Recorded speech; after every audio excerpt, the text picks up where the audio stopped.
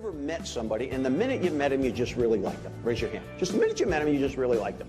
How many people here ever met somebody and the minute you met him, you hated him? Raise your hand. Okay. How many people here married that person? I want to talk about smoking for a minute. I used to smoke 2 to 3 packs of cigarettes a day. All right? And it was impossible for me to quit smoking. And I tried everything. I tried hypnosis. I tried acupuncture. I even tried chewing that gum. All right? And I discovered something about that gum. If you're chewing a piece of that gum and you fire up a cigarette, man, you can really relax. I mean, it's that synergy that the doctor was talking about. I mean, it's great, right? It was impossible. I don't know why they don't just sell them together, right, nurse? Yeah. Now you hate me, right? Okay. It was impossible. And I had this buddy of mine. I used to call him the health nut. This is quite a few years ago. I used to call him the health nut. He's one of these people that's eating wheat, germ, and running and drinking water and stuff like that. And he says to me, he says, now, Mike, he says, if you smoke like that, man, he says, if you can't quit, at least exercise. He says, if you could kind of work out a little bit, you know, run a little bit, you kick some of that stuff out of your lungs. I said, okay. And I got running about 2 or 3 miles a week. And some of you find that amusing, don't you? Anyway, and I started getting pretty boastful for myself. And so it was about 2 weeks before Thanksgiving, and I'm going to run in this race, and I'm having dinner with this friend of mine, the health nut. And I said, oh, I'm going to run in this race, and I'm going to win a T-shirt because they're giving T-shirts to the first 2,000 finishers. I knew 1,300 people had signed up for the race, okay? So I'm pretty sure, and so I said, and I'm going to get this T-shirt with this turkey with these sneakers on, and it's going to be so cool and all of this stuff. And the guy is just, of course I'm smoking, as I'm telling, he says, Mike, he says, you run 2 or 3 miles a day? And I lied and said, yeah. He says, and you smoke 2 or 3 packs of cigarettes a day? I said, yeah. He said, doesn't that hurt when you run? I said, well, sometimes I get ashes in my eyes, otherwise not so bad. It was impossible for me to quit smoking until I had a daughter named Caitlin 21 years ago. And all of a sudden, quitting smoking became the easiest thing in the world for me to do, because my whole perspective on life changed that fast. And so the first point I want to share with you is that you got to give people permission to change. You can't get frustrated with it, because you know what? People can have daughters. People can have near-death experiences. People can get religion, right? We're constantly going through change. And the concept was this. When that nurse is taking you in, okay, and taking all these things, she says to you something like this, ooh, you've got Dr. Johnson. She's wonderful. You're gonna love her. What did that nurse just do? That nurse just pre-sold the doctor. Any of you work with people that I call ploppers?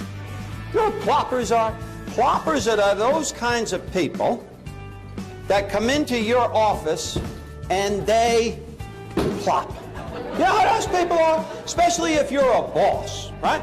If you're a boss, those people come into your office and they plop. Because here's what they've realized. If I'm plopping in front of the boss's desk, I'm working. I'm getting paid for it, right? Now, I used to have a lot of people work for me, and I had a lot of ploppers. And I want to tell you about 2 of my favorite kind of ploppers. One kind of plopper I had is I had the sky is falling plopper, right? No matter what happened, an ad with something would come in the newspaper, this would update your resumes, we're all going to be out of work tomorrow, right? That kind of plopper. And when he would get to me, he would always be out of breath. You know, just had to get this information to me. Just had to get this information to me. And so when he would come in, I picked up the phone. Who was on the telephone? Nobody. But when I saw Frank, he was always red in the face, out of breath. I put my hand over and I said, Frank, I've got the president of the company on the phone. And I'm in meetings all day. I can see how important this is for you. I'll meet with you tonight after work at 7:30. Ooh. All this stuff that got thrown in here, right? That's actually cash, isn't it? And if you operate like that, you're throwing the cash in the trash. I don't want you to do that anymore. These are incredible pieces of marketing material. I work with lots of different companies, with Disney and Marriott and Harley Davidson. This is the best stuff I've ever seen. But you got to use it in the right place. I grew up in the hippie days. We were into peace and love. I thought peace and love were pretty good. Kids today are into pain and piercing. I don't really get it. Give you an example. I'm down in the French Quarter a couple years ago with my wife, and we're walking through the French Quarter, and there's a kid coming through the French Quarter. He's got no shirt on, all right? And he got a piece of steel stuck in his nose with a chain, and that chain went up to his eyebrow. Then that chain went to his ear. Then it went to his lip. Then it went through a ring, okay, right here. He had a tattoo of a sun and the ring, and the chain went through that ring, and that chain went down his pants. Right? And my wife and I, we're you know, walking, and my wife is starting to walk like this and going the other way. So what's the matter? She said, that kid scares me to death. I said, he doesn't scare me at all. She said, how come? I said, he gives me any trouble. I'm just going to pull it, Jay. I found value, right? Not that complicated. So every person has the, oh, we like that, right? Thank you for letting me pull your chain.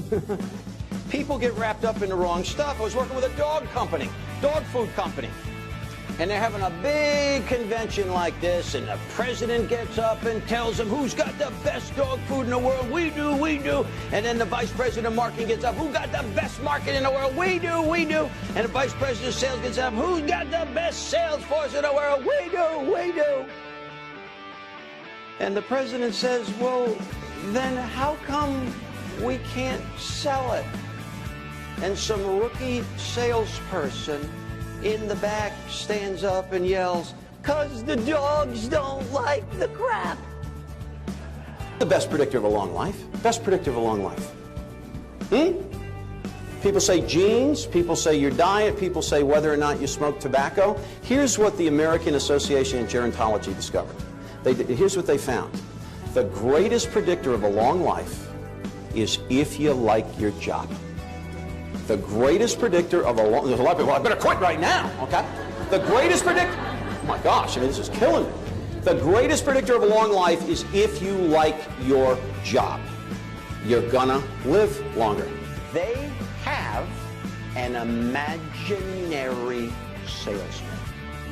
His name is Len. Len does not exist. Len has been on the payroll for 2 years. Len is the quickest one at responding to customer requests. Len is the quickest one at sending you the quote when you need it. Len will even say, "Oh, meant to return your phone call, but I thought you'd like the information sooner." They go to programs and people say to the company owner, "Oh, where's Len?" "Oh, you just missed him." Huh? This is an imaginary person. They don't exist. So now, guys, you are competing against people that don't even exist. Now, they have a marketing plan for Len. Here it is. His wife is pregnant. Twins. One of the things that Disney people told me when I was working with them is they said, you know what we do, Mike? When we build an exhibit or a ride or something, here's what all of our Imagineers do. We get on our knees, okay? And we then walk on our knees to watch every single piece of that exhibit. Because that's the perspective that kids are looking at it from. So ultimately, I want to know what's the perspective that my client is looking at this from. In the olden days, they had a department called personnel.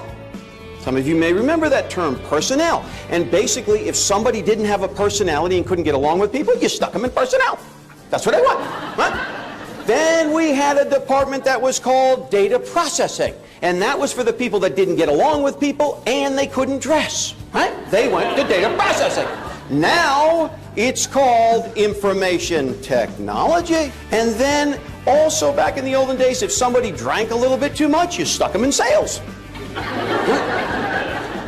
Well, I guess some things never change. When somebody says something to you guys, it means something to them. This means a lot to me. You are a wonderful audience. God bless. Thank you very much. Thank you. Thank you very much. I'm sending my kids to your school.